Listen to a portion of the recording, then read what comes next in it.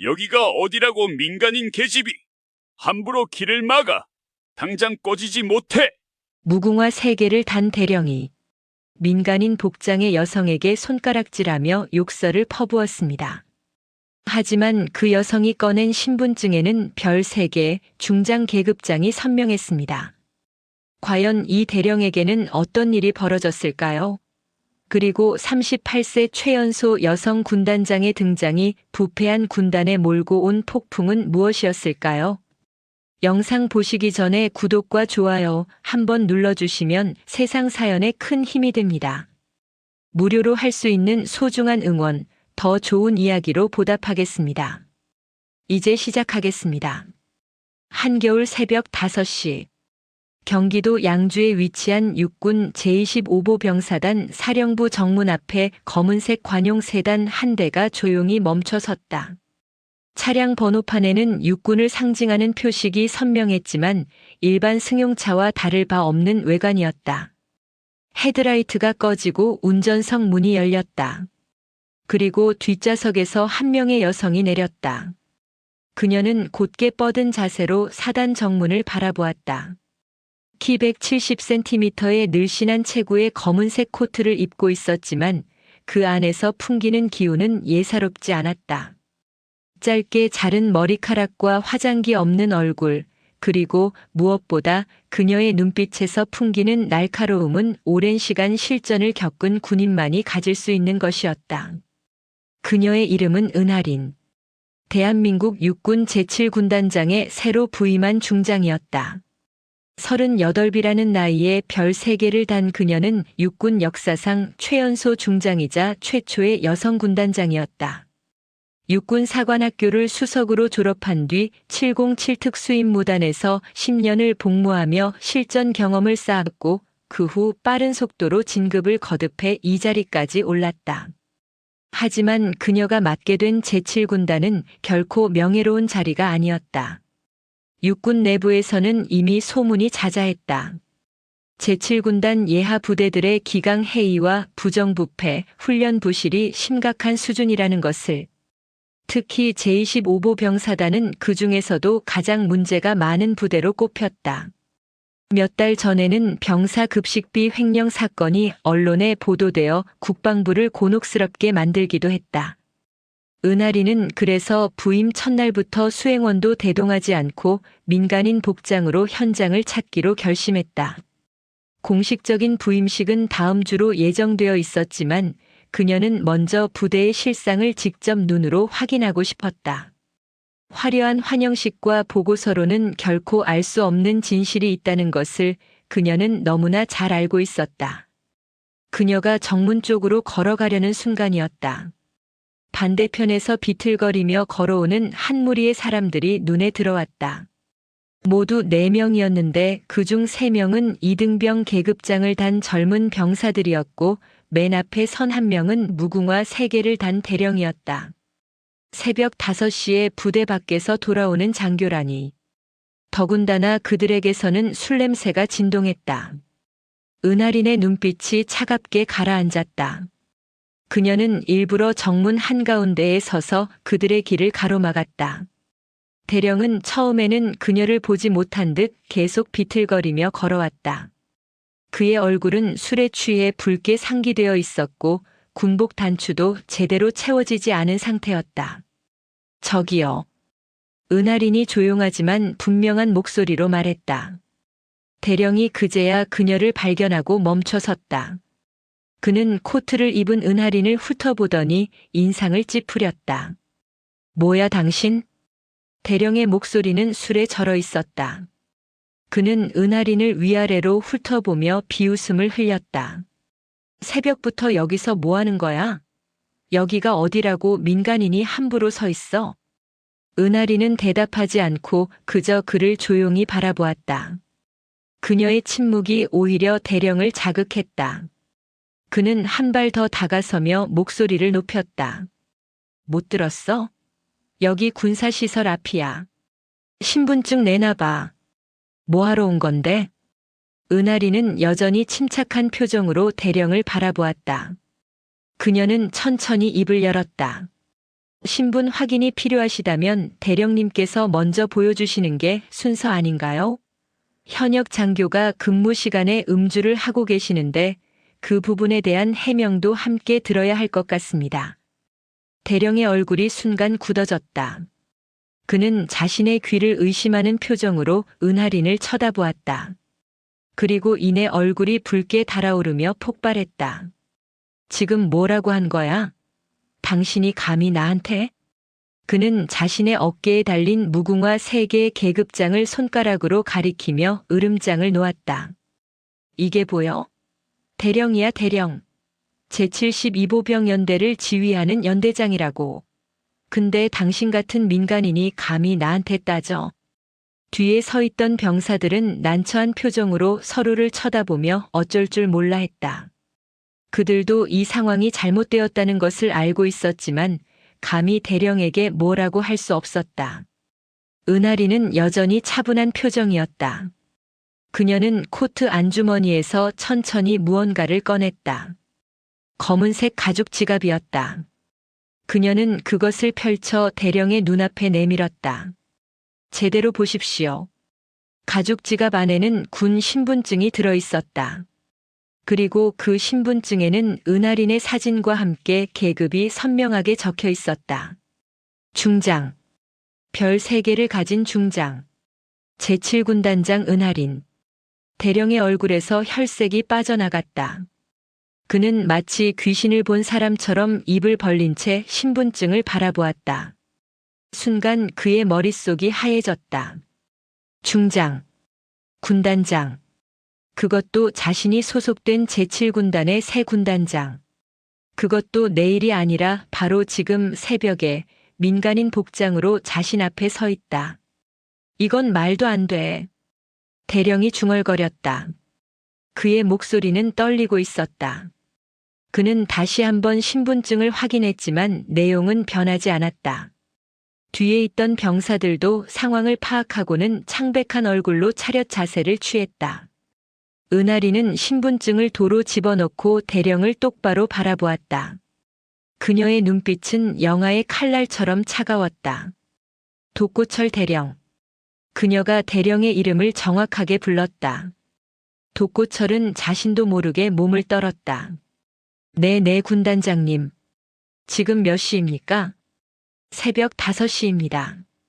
연대장이 새벽 5시에 술에 취한 채 부대로 복귀하는 것이 군 기강에 부합하는 행동입니까?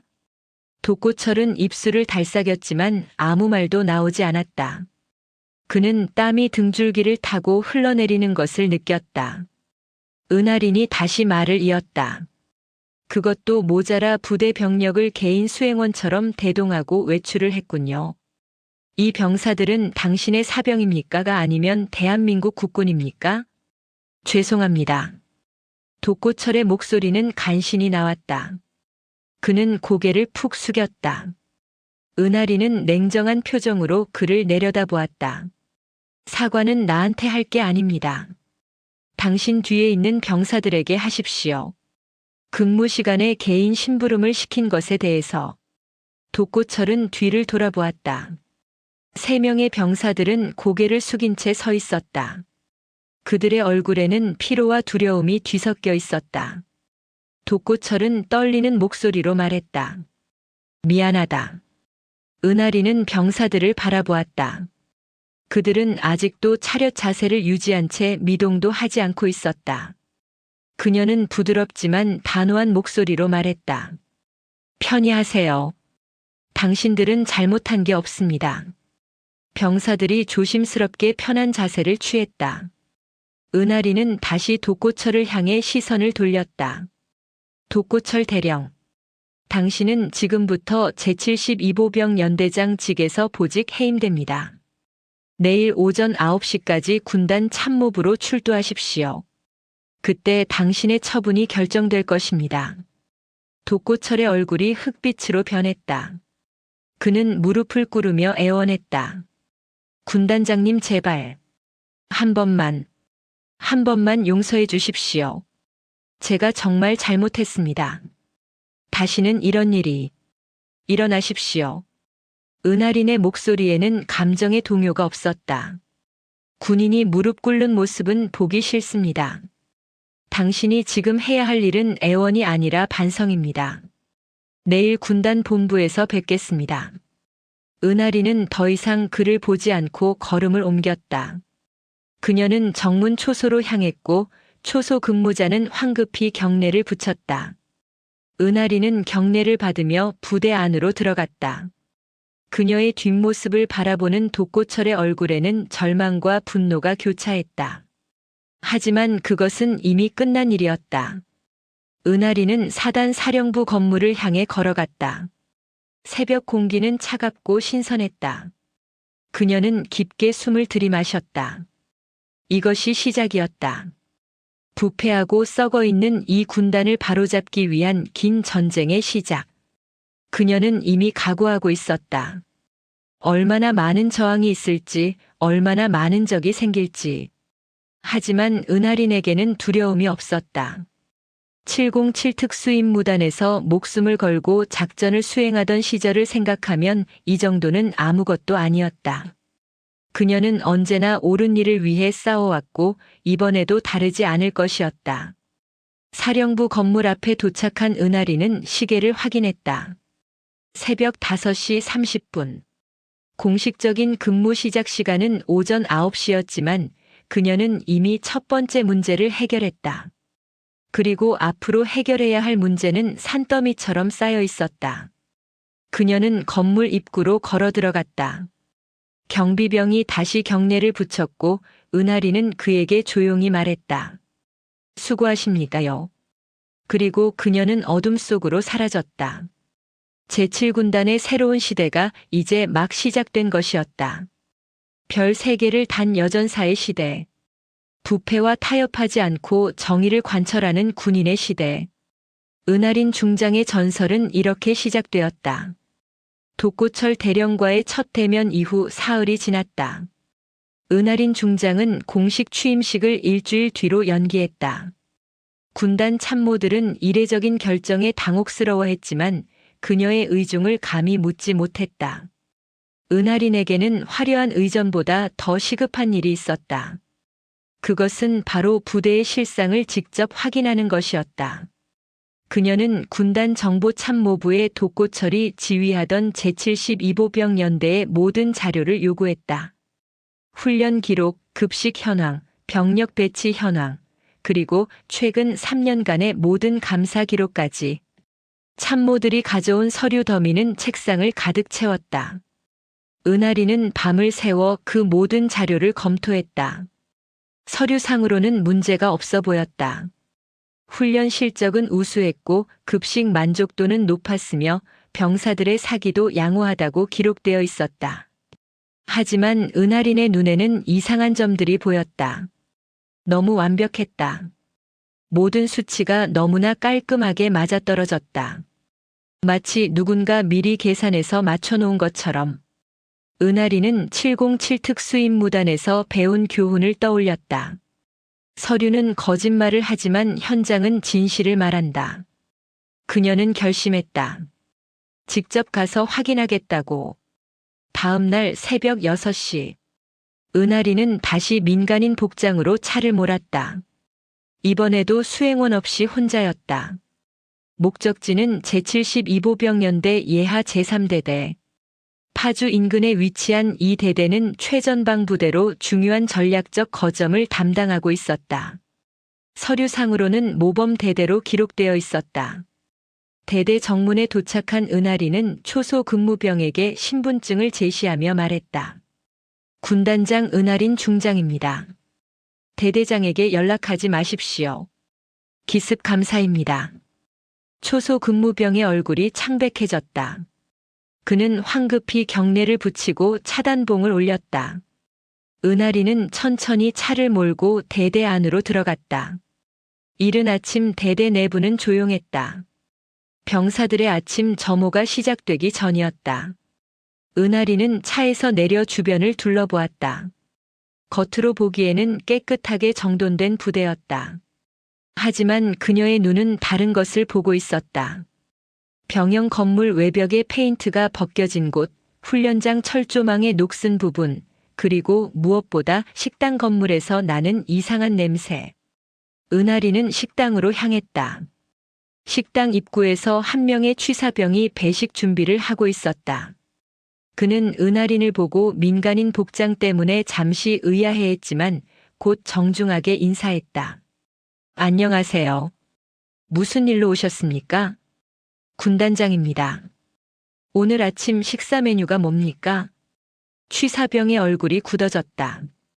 그는 망설이다가 조심스럽게 대답했다. 쌀밥과 된장찌개, 그리고 김치입니다. 반찬은요? 그게 전부입니다. 은하린의 눈빛이 차갑게 가라앉았다. 군대 급식 기준상 아침 식사는 최소한 4가지 이상의 반찬이 제공되어야 했다. 그녀는 식당 안으로 들어가 직접 배식대를 확인했다. 스테인리스 용기 안에는 묽은 된장찌개와 시든 김치만이 놓여 있었다. 전투식량 보관고를 보여주십시오.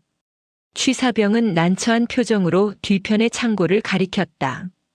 은하린이 창고 문을 열자 퀴퀴한 냄새가 코를 찔렀다. 창고 안에는 전투식량 박스들이 쌓여 있었다. 그녀는 무작위로 한 박스를 열어보았다.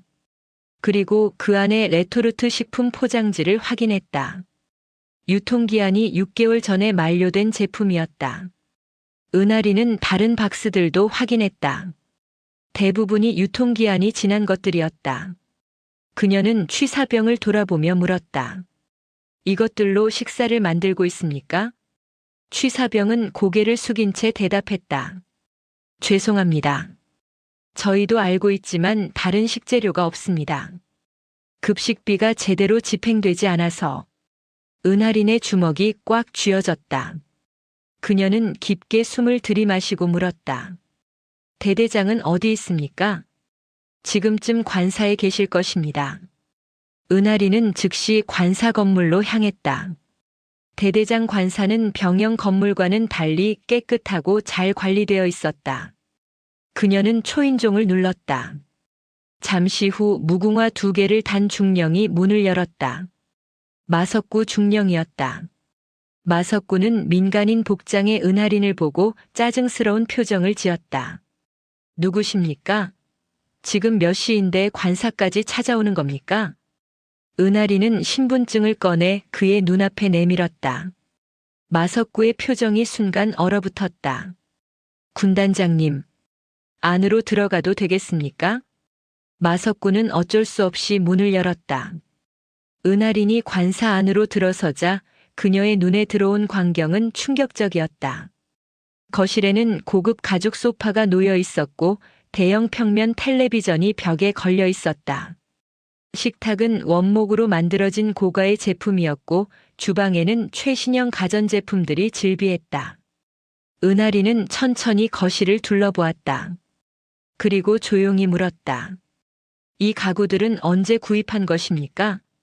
마석구가 머뭇거리며 대답했다. 개인 자금으로 구입했습니다. 영수증이 있습니까? 그건 부대 운영비 집행 내역을 보면 지난 3개월간 관사시설 개선비 명목으로 2천만 원이 지출되어 있더군요. 그 돈은 어디에 썼습니까? 마석구의 얼굴에서 혈색이 빠져나갔다. 그는 입술을 달싹였지만 아무 말도 하지 못했다. 은하린은 한 걸음 더 다가서며 차갑게 말했다. 당신 부대 병사들은 유통기한 지난 전투 식량으로 끼니를 때우고 있습니다. 반찬도 제대로 나오지 않습니다. 하지만 당신은 2천만 원짜리 소파에 앉아 최신형 텔레비전을 보고 있군요. 그건 오해입니다. 제가 오해가 아닙니다.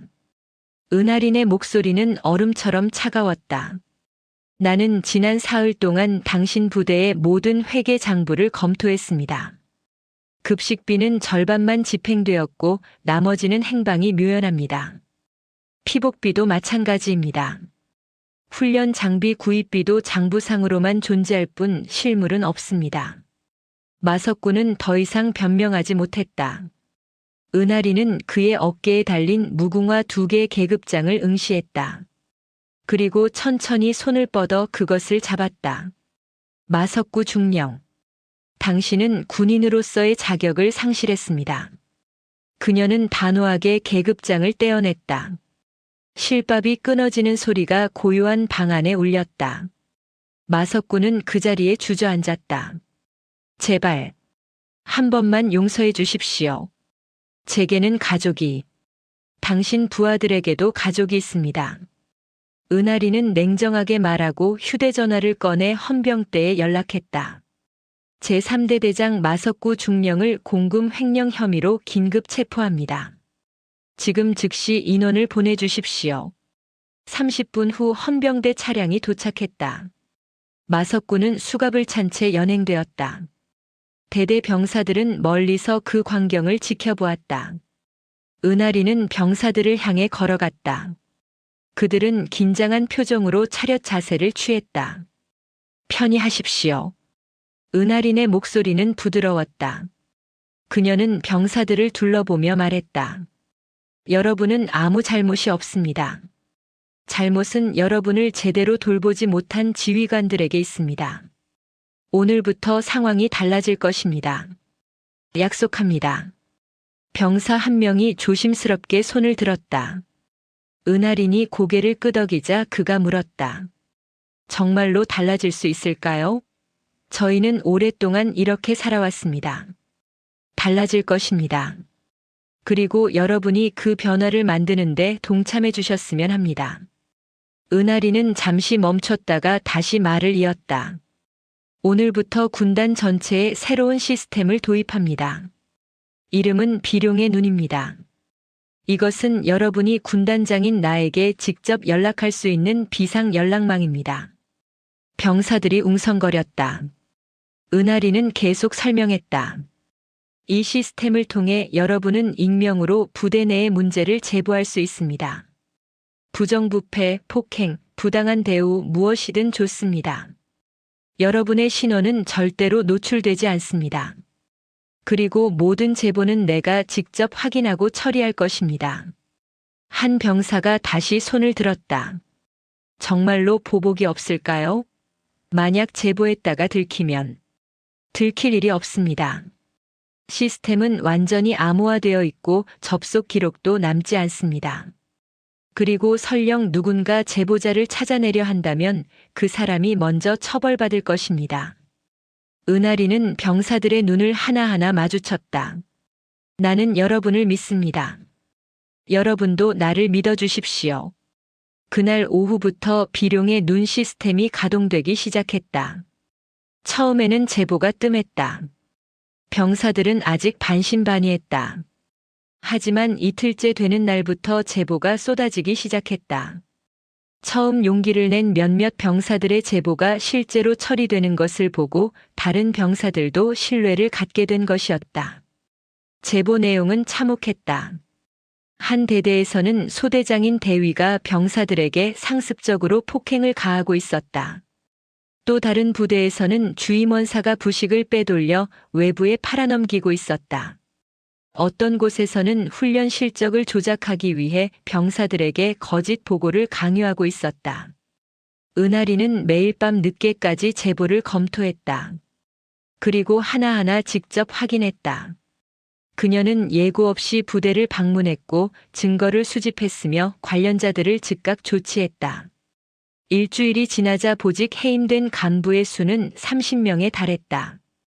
대위 12명, 소령 8명, 중령 5명, 그리고 대령 5명. 군단 내부는 발칵 뒤집혔다. 오랫동안 굳어져 있던 부패의 사슬이 단숨에 끊어지고 있었다. 일부 간부들은 은하린에게 불만을 품었고 뒤에서 수군거렸다. 하지만 감히 표면으로 드러내지는 못했다. 은하린의 눈빛이 너무나 차갑고 단호했기 때문이었다. 그리고 병사들은 달라졌다. 그들의 눈에는 희망이 생겼다. 제대로 된 급식이 나오기 시작했고 불합리한 대우가 사라졌다. 훈련은 더 힘들어졌지만 그것은 정당한 훈련이었다. 병사들은 불평하지 않았다. 오히려 더 열심히 임했다. 은하리는 밤마다 군단장 집무실에 앉아 비룡의 눈 시스템을 확인했다. 제보는 여전히 들어오고 있었다. 하지만 그 내용은 조금씩 달라지고 있었다. 부정부패에 대한 제보보다는 개선 제안이 늘어나고 있었다. 병사들이 스스로 부대를 더 좋게 만들기 위해 아이디어를 내고 있었다. 그녀는 작은 미소를 지었다. 이것이 시작이었다. 진정한 변화의 시작. 별 3개를 단 그녀의 어깨는 무거웠지만 그 무게를 기꺼이 감당할 준비가 되어 있었다. 은하린 중장의 개혁이 시작된 지 2주가 지났다. 비룡의 눈을 통한 제보는 계속 이어졌고 부패한 간부들이 하나둘 제거되면서 군단의 분위기는 조금씩 변하고 있었다. 하지만 모든 사람이 이 변화를 환영하는 것은 아니었다. 특히 오랫동안 부대를 자신의 왕국처럼 다스려온 고위 간부들에게 은하린의 등장은 재앙이었다. 그중 대표적인 인물이 제25보 병사단장 백두산 소장이었다. 그는 별 2개를 단지 5년이 넘었고 곧 중장 진급을 앞두고 있었다. 육군 사관학교 40기로 군 내부에 탄탄한 인맥을 구축해 놓은 그는 자신의 사단을 철저하게 장악하고 있었다.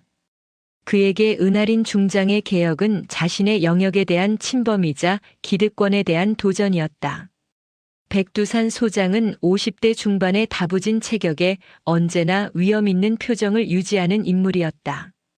그는 자신이 군 생활 30년 동안 쌓아온 방식이 옳다고 확신했고 젊은 여성 장군이 와서 모든 것을 뒤흔드는 것을 용납할 수 없었다.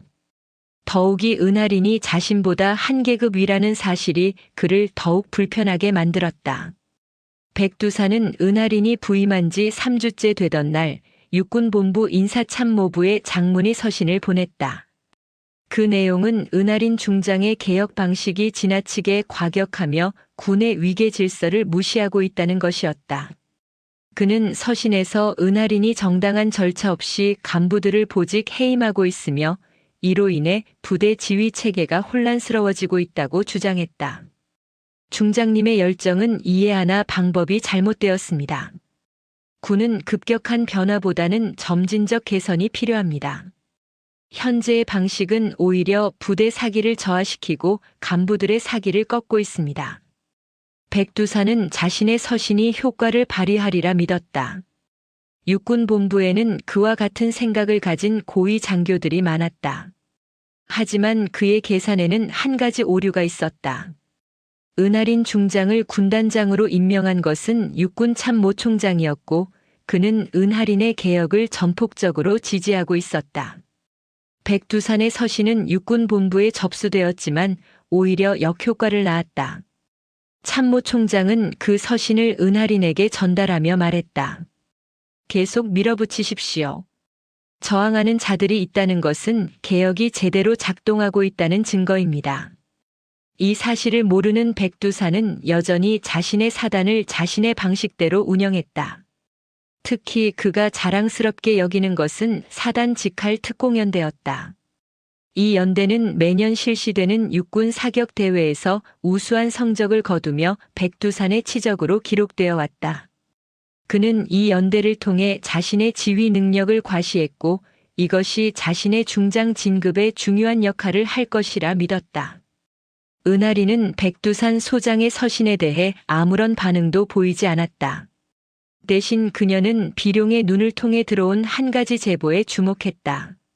제25보 병사단 특공연대의 사격 훈련에 문제가 있다는 내용이었다. 제보자는 익명으로 이렇게 적었다. 연대의 사격 성적은 조작입니다. 훈련 전날 밤에 표적지에 미리 구멍을 뚫어 놓습니다. 병사들은 이 사실을 알고 있지만 말할 수 없습니다. 은하린은 이 제보를 받고 즉시 움직였다. 그녀는 다음 주에 실시될 특공연대의 정기 사격 훈련 일정을 확인하고 예고 없이 참관하기로 결정했다. 훈련 당일 아침 7시. 은하린은 군단장 전용 차량을 타고 파주에 위치한 특공연대 사격장으로 향했다. 이번에는 군단 작전 참모인 김철수 준장을 대동했다. 김철수는 은하린이 신뢰하는 몇 안 되는 참모 중 한 명으로 정직하고 원칙을 중시하는 인물이었다. 사격장에 도착하자 백두산 소장이 황급히 나와 맞이했다. 그는 은하린의 갑작스러운 방문에 당황한 기색이었지만 애써 태연한 척했다. 군단장님, 미리 연락을 주셨으면 제대로 준비를 했을 텐데요. 준비된 모습이 아니라 실제 모습을 보러 왔습니다. 훈련은 예정대로 진행하십시오. 백두산의 얼굴에 미세한 경련이 일었다. 그는 고개를 끄덕이고 훈련장으로 안내했다. 사격장에는 이미 특공연대 병사들이 집결해 있었다. 약 100명의 사수들이 사격 준비 자세로 대기하고 있었다. 은하리는 훈련장 뒤편의 참관석에 자리를 잡고 쌍안경을 꺼냈다. 그녀는 500m 전방에 설치된 표적들을 하나하나 살펴보았다. 겉으로 보기에는 정상적인 표적이었다. 하지만 은하린의 눈은 예사롭지 않았다. 그녀는 707 특수임무단에서 수없이 사격 훈련을 해왔고 표적의 미세한 차이도 구별할 수 있었다. 훈련이 시작되었다. 연대장의 구령에 따라 첫 번째 소대가 사격 자세를 취했다. 사격 개시 신호와 함께 총성이 울려 퍼졌다. 1분 후 사격이 종료되고 표적 확인 시간이 되었다. 보조 인원들이 표적지를 가져와 점수를 집계했다. 1소대 평균 점수 95점. 담당 장교가 보고했다. 백두산 소장의 얼굴에 만족스러운 미소가 번졌다. 이어서 2소대, 3소대가 차례로 사격을 실시했고 모두 90점 이상의 높은 점수를 기록했다. 은하리는 쌍안경을 내려놓고 백두산 소장을 바라보았다. 인상적인 성적이군요. 감사합니다. 저희 연대는 육군 최고 수준의 사격 실력을 갖추고 있습니다. 그렇군요. 그럼 제가 직접 확인해 보겠습니다. 은하리는 자리에서 일어나 사격장으로 걸어갔다. 백두산과 참모들이 황급히 그녀를 따라갔다. 은하리는 500m 전방의 표적지가 설치된 곳으로 향했다. 그리고 아직 사격하지 않은 새 표적지 하나를 집어들었다. 그녀는 표적지를 햇빛에 비춰들고 자세히 살펴보았다. 표면에는 아무 문제가 없어 보였다. 하지만 은하리는 표적지를 뒤집어 뒷면을 확인했다. 그리고 손가락으로 종이를 가볍게 눌러보았다. 특정 부분의 종이가 미세하게 얇아져 있었다. 누군가 바늘로 여러 번 찔러 종이의 강도를 약화시킨 흔적이었다. 은하리는 표적지를 백두산 소장에게 내밀었다. 이것 좀 보십시오. 백두산이 표적지를 받아들었다. 은하린이 손가락으로 가리킨 부분을 보자 그의 얼굴이 창백해졌다. 이 표적지는 조작되어 있습니다. 누군가 미리 구멍날 위치를 약하게 만들어 놓았습니다. 총알이 이 부분을 맞히면 마치 정확하게 명중한 것처럼 보이겠죠. 주변의 장교들이 웅성거렸다. 백두산은 당황한 목소리로 변명했다. 이건 제가 모르는 일입니다. 아마 실수가 아닙니다. 은하리는 차갑게 말하며 다른 표적지들도 하나씩 확인했다. 10개 중 8개가 같은 방식으로 조작되어 있었다. 이것이 당신이 말하는 육군 최고 수준의 실력입니까? 종이에 미리 구멍을 뚫어놓고 쏘는 것이? 백두산은 아무 말도 하지 못했다. 은하리는 쌍안경으로 훈련을 지켜보던 김철수 준장을 불렀다. 준장님, 조작되지 않은 새 표적지를 700m 거리에 설치해 주십시오. 700m입니까? 그렇습니다. 700m는 일반적인 소총 사격 훈련 거리의 2배가 넘는 거리였다. 보조 인원들이 새 표적지를 들고 700m 지점으로 이동했다. 은하리는 사격장에 대기 중이던 병사에게서 K2 소총 한 자루를 건네받았다. 그녀는 소총의 상태를 점검하고 탄창을 장전했다. 그리고 사격 자세를 취했다. 주변의 모든 사람들이 숨을 죽이고 그녀를 바라보았다. 백두산 소장의 얼굴은 긴장으로 굳어 있었다. 은하리는 호흡을 가다듬었다. 707 특수임무단에서 수없이 반복했던 동작이었다. 그녀의 눈은 700m 전방의 표적에 고정되었다. 바람의 방향과 속도를 계산하고 조준경을 미세하게 조정했다. 첫 발이 발사되었다. 총성이 울리고 1초 후 700m 전방에서 표적지가 흔들렸다. 쌍안경으로 확인하던 장교가 외쳤다. 명중입니다. 10점 구역입니다.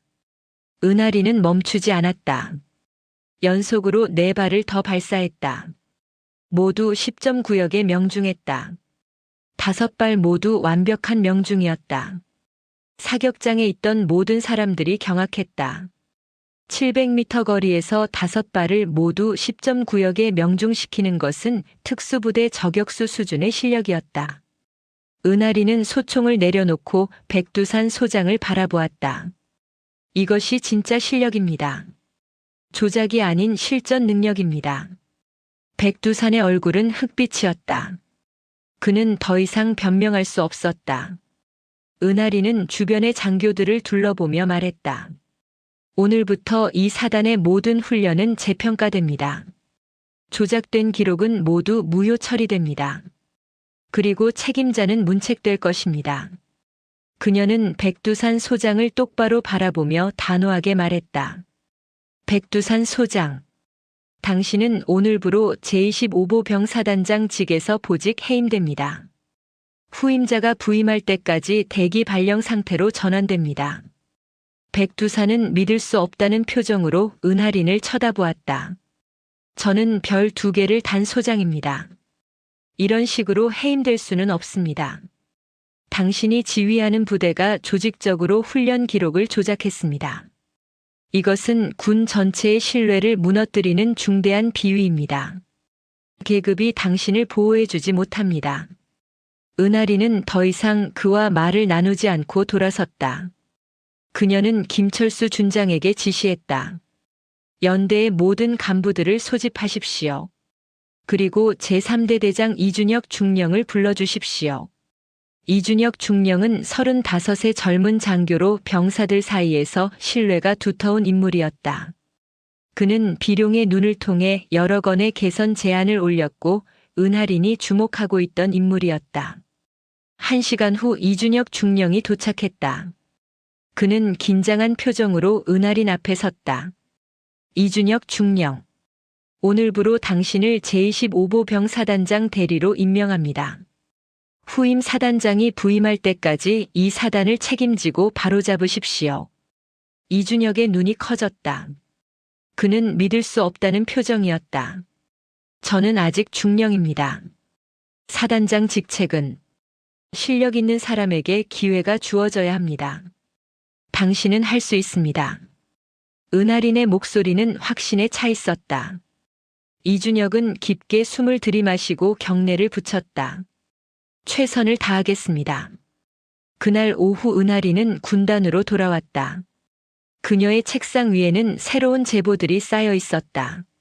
하지만 그녀는 지치지 않았다. 이것이 그녀가 선택한 길이었고 끝까지 갈 각오가 되어 있었다. 별 3개의 무게는 무거웠지만 그 무게만큼 바꿀 수 있는 것도 많았다. 은하린이 군단장으로 부임한 지 2달이 지났다. 계절은 어느새 한겨울로 접어들었고 경기 북부 지역에는 기록적인 한파가 몰아쳤다. 기상청은 영하 30도까지 기온이 떨어질 것이라 예보했고 실제로 파주와 연천 일대는 매서운 추위에 얼어붙었다. 12월 21일 새벽 4시. 은하린은 군단장 집무실에서 당직 근무를 서고 있었다. 그녀는 부임 이후 일주일에 서너 번은 밤을 새우며 부대 상황을 점검했다. 특히 한파가 계속되는 요즘은 더욱 긴장을 늦출 수 없었다. 전방 초소의 병사들이 제대로 방한 장비를 갖추고 있는지, 난방 시설은 정상 작동하는지 끊임없이 확인했다. 그때 비상 전화벨이 울렸다. 은하린이 수화기를 들자 급박한 목소리가 들려왔다. 군단장님, 제구사단 작전참모 박민수 대령입니다. 긴급 상황 보고드립니다. 말씀하십시오. 파주 민통선 북방 3km 지점 GOP 7번 초소의 난방 시설이 완전히 고장났습니다.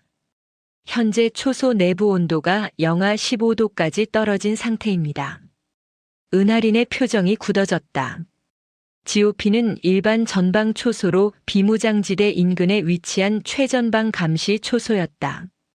그곳에는 보통 한 개 분대 규모인 8명에서 10명의 병사들이 교대로 근무했다. 병력 상황은 어떻습니까? 현재 9명이 근무 중입니다. 소대장인 김태훈 중위와 병사 8명입니다. 동상 증세를 보이는 인원이 3명으로 보고되었습니다. 수리팀은 언제 도착합니까? 그게 문제입니다. 박민수 대령의 목소리에 절박함이 묻어났다. 이 한파로 인해 접근로가 결빙되어 차량 이동이 불가능합니다. 도보로 이동하려면 최소 6시간이 걸립니다. 그때까지 병사들이 버틸 수 있을지. 은하리는 즉시 결정을 내렸다. 헬기를 준비하십시오. 내가 직접 가겠습니다. 군단장님께서 직접 가시겠다는 말씀이십니까? 지금 기상 상황이 매우 좋지 않습니다. 헬기 운항 자체가 위험합니다. 병사들이 죽어가고 있는데 기상 상황을 따질 때가 아닙니다. 즉시 헬기를 준비하고 방한복, 핫팩, 따뜻한 음식, 그리고 휴대용 난방기를 적재하십시오. 30분 내로 출발합니다. 은하리는 전화를 끊고 군복을 재정비했다. 그녀는 서랍에서 방한복과 방한모를 꺼내 입었다. 그리고 허리에는 로프와 카라비너를 착용했다. 707 특수임무단에서 수없이 했던 레펠 하강 장비였다. 30분 후 군단 항공대 경납고에서 UH-60 헬기 한 대가 시동을 걸었다. 은하리는 헬기 조종사인 최진혁 소령과 간단한 브리핑을 했다. 소령님, 현재 기상 상황에서 비행이 가능합니까? 최진혁 소령은 20년 경력의 베테랑 조종사였다. 그는 솔직하게 대답했다. 가능하기는 합니다만 매우 위험합니다. 강풍과 낮은 가시거리 때문에 정밀한 조종이 필요합니다. 그럼 가능하다는 말씀이군요. 출발합시다. 은하리는 헬기에 탑승했다. 함께 탑승한 인원은 군의관인 이상훈 대위와 정비병 2명이었다. 헬기 화물칸에는 방한복 10벌과 핫팩 100개, 그리고 따뜻한 국과 밥이 든 보온 용기가 실려 있었다. 휴대용 난방기 3대도 함께 적재되었다. 헬기가 이륙했다. 새벽 5시의 하늘은 여전히 어두웠고 차가운 바람이 거세게 불었다. 헬기는 심하게 흔들렸다. 은하리는 안전벨트를 단단히 맨 채 창밖을 바라보았다. 아래로는 얼어붙은 땅과 나무들이 보였다. 목적지까지 15분 소요 예상입니다. 최진혁 소령이 헤드셋을 통해 말했다. 은하리는 고개를 끄덕였다. 그녀는 화물칸에 실린 장비들을 다시 한번 점검했다. 모든 것이 제대로 고정되어 있었다. 10분 후 헬기는 목적지 상공에 도착했다. 하지만 문제가 있었다. GOP 초소는 산악 지형의 정상 부근에 위치해 있었고 주변은 나무와 바위로 둘러싸여 있었다. 헬기가 착륙할 만한 평지가 없었다. 군단장님, 착륙이 불가능합니다. 가장 가까운 착륙 가능 지점이 초소에서 2km 떨어진 곳입니다. 최진혁 소령이 보고했다. 은하리는 이미 예상했던 상황이었다. 호버링 상태를 유지하십시오. 내가 레펠로 하강하겠습니다. 레펠 하강이라니요? 지금 풍속이 가능합니다. 은하린의 목소리는 단호했다. 그녀는 이미 안전벨트를 풀고 레펠 장비를 점검하고 있었다. 최진혁 소령은 더 이상 말리지 않고 헬기를 초소 상공 15m 지점에 호버링 시켰다. 은하리는 헬기 측면 도어를 열었다. 순간 차가운 바람이 몰아쳐 들어왔다. 영하 30도의 공기가 얼굴을 때렸다. 그녀는 로프를 헬기에 고정하고 자신의 하네스에 연결했다. 그리고 이상훈 대위에게 지시했다. 내가 하강한 후 물자를 내려보내십시오. 로프에 묶어서 천천히 내리면 됩니다. 알겠습니다. 은하리는 깊게 숨을 들이마셨다. 그리고 헬기 밖으로 몸을 내밀었다. 강풍이 그녀의 몸을 흔들었다. 하지만 그녀는 흔들림 없이 로프를 잡고 천천히 하강하기 시작했다. 707 특수임무단에서 수없이 반복했던 동작이었다. 몸이 기억하고 있었다. 10초 후 은하린의 발이 땅에 닿았다. 그녀는 재빨리 하네스를 풀고 초소로 달려갔다. 초소 입구에서 한 명의 병사가 떨고 있는 모습이 보였다. 은하린이 다가가자 병사는 놀란 얼굴로 그녀를 쳐다보았다. 누구십니까? 군단장 은하린 중장입니다. 소대장은 어디 있습니까? 병사의 눈이 커졌다. 그는 믿을 수 없다는 표정으로 은하린을 바라보았다. 안에 계십니다. 하지만 군단장님께서 어떻게 여기까지? 안내하십시오. 은하린은 초소 안으로 들어갔다. 내부는 상상했던 것보다 더 열악했다. 병사들은 침낭에 몸을 웅크린 채 떨고 있었다. 그들의 입술은 파래져 있었고 손은 동상으로 퉁퉁 부어 있었다. 한쪽 구석에서는 김태훈 중위가 다른 병사들을 보살피고 있었다.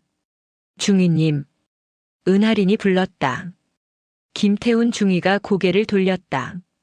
그는 방한복을 입은 은하린을 보고 잠시 멍한 표정을 지었다.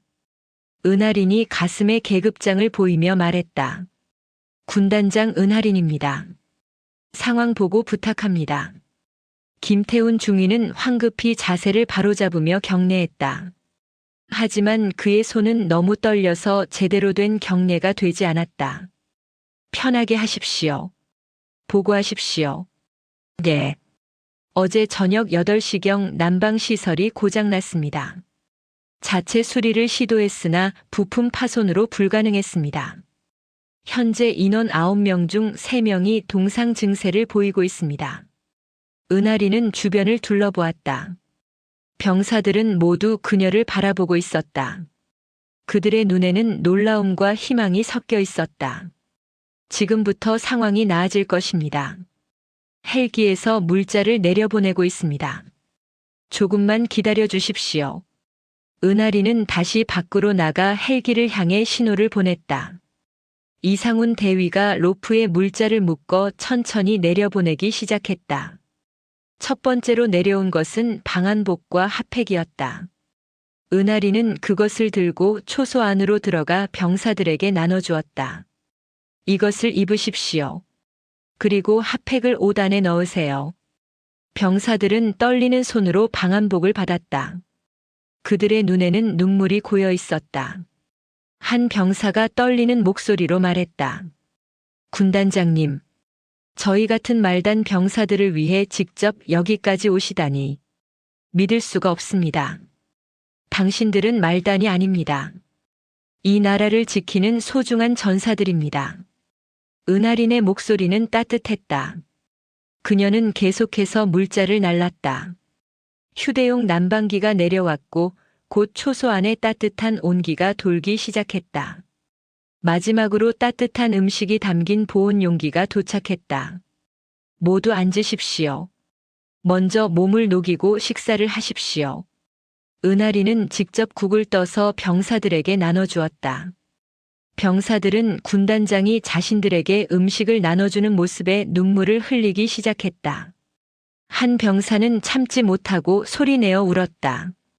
죄송합니다. 저희가 너무 초라한 모습을. 울지 마십시오.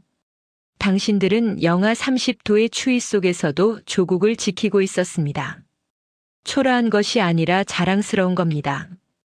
은하린은 동상 증세를 보이는 병사들을 이상훈 대위에게 인계했다.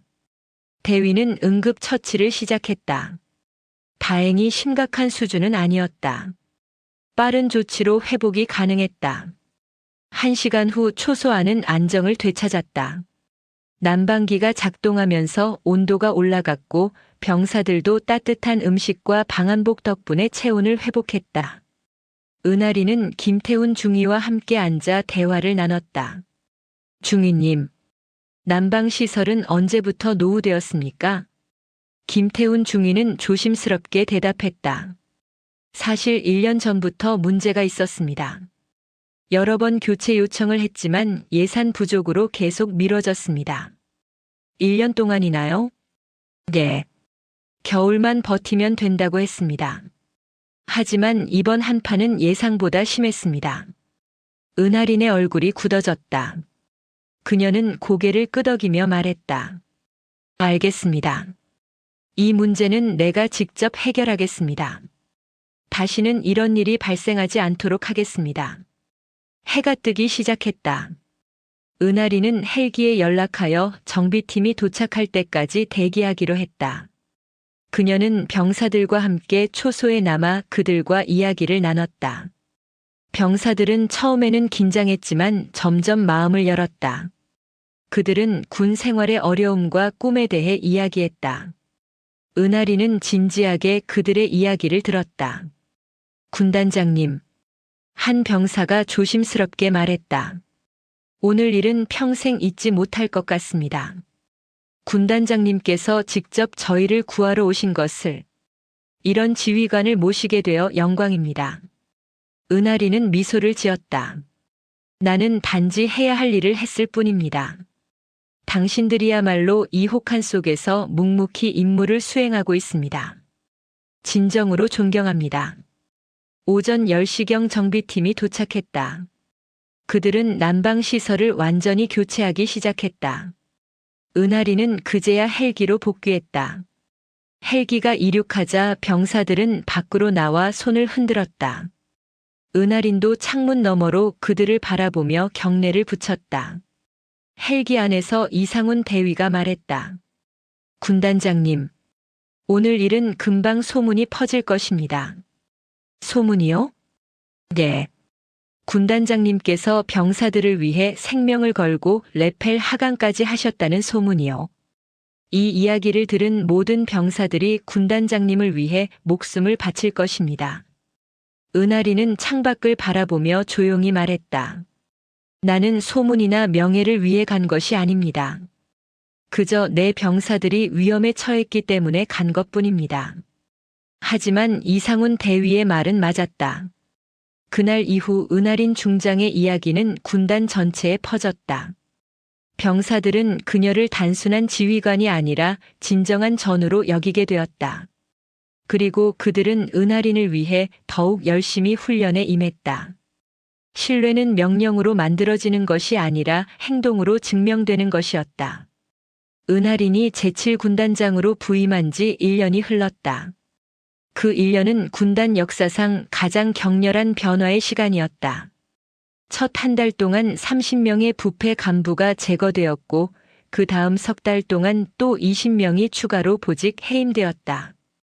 비룡의 눈 시스템을 통해 들어온 제보는 총 1200건이 넘었고 그중 800건이 실제로 처리되었다. 하지만 변화는 단순히 부패를 제거하는 것에서 그치지 않았다. 은하린은 썩은 뿌리를 도려낸 자리에 새로운 생명을 심었다. 젊고 유능한 장교들이 중요한 보직에 발탁되었다. 그들은 계급이 아니라 실력으로 선택되었고 병사들의 신뢰를 받는 사람들이었다. 이준혁 중령은 제25보 병사단장 대리로 임명된 후 놀라운 성과를 보여주었다. 그는 부대의 훈련 체계를 완전히 개편했고 조작된 실적 대신 실전적인 능력 배양에 집중했다. 6개월 후 그는 정식으로 준장으로 진급하여 사단장에 임명되었다.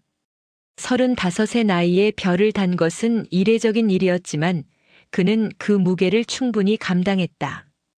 김태훈 중위는 GOP 초소에서 은하린을 만난 후 달라졌다. 그는 부하들을 진심으로 아끼는 지휘관으로 성장했고 소대원들의 절대적인 신뢰를 받았다. 은하린은 그를 주목했고 반년 후 대위로 진급시켜 중대장으로 발탁했다. 김태훈은 자신의 중대를 군단 최우수 중대로 만들어냈다. 군단 전체의 분위기가 바뀌었다. 과거에는 상급자의 눈치를 보며 형식적인 보고서를 작성하던 분위기였다면 이제는 실제 문제를 해결하기 위해 고민하고 토론하는 문화가 자리 잡았다. 병사들은 더 이상 부당한 대우를 참지 않았다. 비룡의 눈이 있었기 때문이다. 그리고 간부들도 변했다. 그들은 병사들을 함부로 대하지 않았다. 은하린 군단장의 눈이 언제나 자신들을 지켜보고 있다는 것을 알았기 때문이다. 훈련도 달라졌다. 형식적인 훈련과 서류상의 실적은 사라졌다. 대신 실전을 가정한 강도 높은 훈련이 시작되었다. 처음에는 병사들이 힘들어했다. 하지만 그들은 곧 깨달았다. 이 훈련이 자신들의 생명을 지키기 위한 것이라는 것을. 그리고 은하린 군단장이 직접 훈련장에 나와 그들을 격려했다. 때로는 함께 땀을 흘렸다. 6개월이 지났을 때 제7군단은 육군 전체 훈련 평가에서 최우수 등급을 받았다. 사격, 체력, 전술 모든 분야에서 최고 점수를 기록했다. 이것은 조작된 결과가 아니라 실제 실력이었다. 육군본부의 평가단은 감탄을 금치 못했다. 불과 반년 전만 해도 최하위였던 군단이 1등으로 변신한 것이었다. 은하리는 이 성과를 바탕으로 육군본부의 사단 현대화 예산을 신청했다. 그녀는 직접 육군 참모총장을 면담했다. 회의실에서 그녀는 철저하게 준비한 보고서를 제출했다. 총장님, 제7군단은 지난 1년간 근본적인 변화를 이뤘습니다. 하지만 진정한 전투력 향상을 위해서는 장비의 현대화가 필수입니다. 육군 참모총장은 60대 초반의 대장으로 은하린의 개혁을 처음부터 지지해온 인물이었다. 그는 보고서를 꼼꼼히 검토했다. 구체적으로 어떤 장비가 필요합니까? 첫째, 노후화된 통신 장비의 교체가 시급합니다. 현재 전방 초소들의 통신 장비는 10년 이상 된 것들입니다. 둘째, 야간 작전 장비가 부족합니다. 야간 투시경과 열상 장비가 필요합니다. 셋째, 방한 장비와 피복의 현대화가 필요합니다. 예산 규모는 어느 정도입니까? 200억 원입니다. 참모총장은 잠시 생각에 잠겼다. 200억은 적지 않은 금액이었다. 하지만 그는 은하린의 능력을 믿었다. 승인하겠습니다. 하지만 조건이 있습니다. 말씀하십시오. 1년 후 다시 평가를 받으십시오. 그때 제7군단이 여전히 최우수 등급을 유지한다면 추가 예산도 지원하겠습니다. 감사합니다. 기대에 어긋나지 않겠습니다. 예산이 확정되고 장비 현대화가 시작되었다. 새로운 통신 장비가 도입되고 야간 작전 장비가 배치되었다. 병사들의 방한복도 최신형으로 교체되었다. 군단의 전투력은 눈에 띄게 향상되었다. 그리고 마침내 1년이 되던 날이 다가왔다. 은하리는 군단장 임기를 마치고 육군본부로 전속 발령을 받았다. 그녀는 육군본부 전력발전부장으로 보직이 결정되었고 대장 진급 후보자 명단에도 올랐다. 하지만 은하린에게 가장 중요한 것은 진급이 아니었다. 자신이 맡았던 군단을 제대로 된 모습으로 후임자에게 인계하는 것이었다. 이 임식은 12월 20날로 정해졌다. 은하린이 처음 부임했던 그 계절과 같은 겨울이었다. 하지만 1년 전과는 모든 것이 달랐다. 이 임식이 열리는 군단 연병장에는 수천 명의 장병들이 자발적으로 모였다. 공식 참석 인원은 500명이었지만 소문을 듣고 모인 병사들까지 합쳐 3,000명이 넘었다. 연병장 단상에는 은하린의 후임자인 신동욱 중장이 서 있었다. 그는 50대 초반의 베테랑 지휘관으로 은하린의 개혁 정신을 이어받을 적임자였다. 그의 옆에는 군단 참모들과 주요 지휘관들이 도열해 있었다. 식순이 진행되고 이임사 순서가 되었다. 은하린이 단상에 올랐다. 그녀는 마이크 앞에 서서 연병장을 가득 메운 장병들을 바라보았다. 1년 전 그녀가 처음 이곳에 왔을 때는 병사들의 눈에 생기가 없었다. 하지만 지금 그들의 눈은 빛나고 있었다. 은하린은 천천히 입을 열었다. 사랑하는 제7군단 장병 여러분. 1년 전 제가 이곳에 처음 왔을 때를 기억합니다. 그때 저는 많은 문제를 보았습니다. 부패, 부조리, 형식주의. 하지만 동시에 저는 희망도 보았습니다. 그것은 바로 여러분이었습니다. 연병장이 조용해졌다. 모든 사람이 그녀의 말에 귀를 기울였다. 저는 여러분에게 가혹한 군단장이었을지도 모릅니다. 많은 간부들을 보직 해임했고 훈련 강도를 높였습니다. 어떤 분들은 저를 원망했을 수도 있습니다. 하지만 저는 단 한 번도 후회하지 않았습니다. 왜냐하면 그 모든 것이 여러분을 위한 것이었기 때문입니다. 병사 한 명이 눈물을 닦았다. 그의 옆에 선 동료들도 눈시울이 붉어졌다. 저는 여러분에게 한 가지를 가르치고 싶었습니다. 계급장은 권력이 아니라 책임이라는 것을. 별이 하나든 세 개든 그것은 부하를 지배할 권리가 아니라 부하를 보호할 의무라는 것을. 만약 이것을 이해하지 못하는 지휘관이 있다면 그는 군복을 입을 자격이 없습니다. 은하린의 목소리는 단호했다. 그녀는 잠시 멈췄다가 다시 말을 이었다. 저는 이 1년 동안 여러분으로부터 많은 것을 배웠습니다. 진정한 용기가 무엇인지, 동료애가 무엇인지, 그리고 희생정신이 무엇인지. GOP 초소에서 혹한 속에서도 임무를 다하던 병사들, 부당함에 맞서 용기 있게 제보했던 병사들, 묵묵히 자기 자리에서 최선을 다했던 모든 장병 여러분. 제가 여러분께 감사드립니다. 연병장 곳곳에서 흐느끼는 소리가 들렸다. 은하린도 목이 메었지만 애써 감정을 다스렸다. 제가 떠나도 여러분은 계속 강해질 것입니다. 왜냐하면 진정한 강함은 지휘관 한 명에게서 나오는 것이 아니라 여러분 모두에게서 나오기 때문입니다. 신동욱 군단장님은 훌륭한 지휘관이십니다. 그분을 믿고 따라주십시오. 그녀는 신동욱 중장을 바라보며 고개를 숙여 인사했다. 신동욱도 경례로 답했다. 마지막으로 한 가지만 더 말씀드리겠습니다. 여러분은 이미 대한민국 육군 최강의 전사들입니다. 하지만 교만하지 마십시오. 계속 배우고 계속 발전하십시오. 그리고 무엇보다 서로를 아끼고 존중하십시오. 그것이 진정한 강한 군대를 만드는 비결입니다. 은하린은 마지막으로 연병장을 천천히 둘러보았다. 그녀의 눈에는 감사와 자부심이 가득했다. 제7군단 장병 여러분, 1년 동안 감사했습니다. 그리고 사랑합니다. 은하린이 경례를 붙였다. 순간 연병장에 있던 3,000명의 장병이 일제히 경례로 답했다. 그리고 누군가 외쳤다. 은하린 장군님 감사합니다. 그 외침은 곧 함성이 되어 연병장을 가득 채웠다.